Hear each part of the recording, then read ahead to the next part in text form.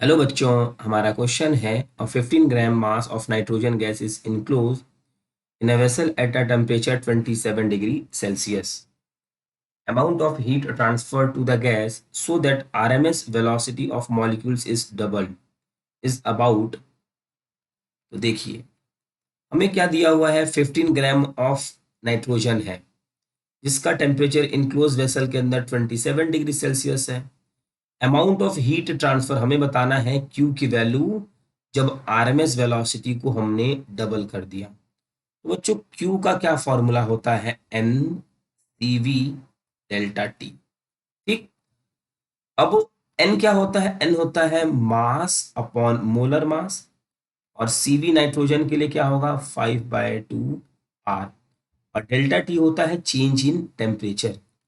अब change in temperature हमें calculate करना होगा इस सिचुएशन से. देखिए, हमारे पास एक रिलेशन है V R M S is equal to 3 RT/m. ठीक. अगर हमने इसको दोनों तरफ स्क्वायर कर दिया तो V square R M S is equal to 3 RT/m. इसको देख के बच्चों हम ये कह सकते हैं V square R M S is proportional to T. 3 R/m तो कांस्टेंट है.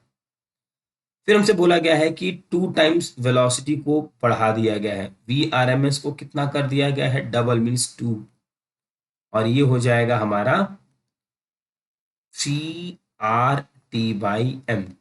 ये हो जाएगा 4 V² RMS is proportional to T. यहां से बच्चों हमें ये पता चलता है कि इफ VRMS को डबल किया हमने तो जो टेम्परेचर है ये 4 गुना हो जाता है ना. इस केस में इतना था, इस केस में 4 टाइम्स ऑफ. तो फाइनल टेम्परेचर बच्चों कितना हो गया होगा, 4 गुना बढ़ गया होगा, मीन्स 4T - T. मास दिया है 15 ग्राम, मोलर मास होता है नाइट्रोजन का 28, 5/2, आर की वैल्यू है 8.3, और ये है 3, और टी कितना है बच्चों, 27 डिग्री सेल्सियस. तो 27 degree Celsius 273 plus 27, 300 degree kelvin. ये हो जाएगा 300. इसे सबको सॉल्व करने के बाद आंसर आता है 10,000 जूल. इसको लिख सकते हैं बच्चों 10 किलो जूल.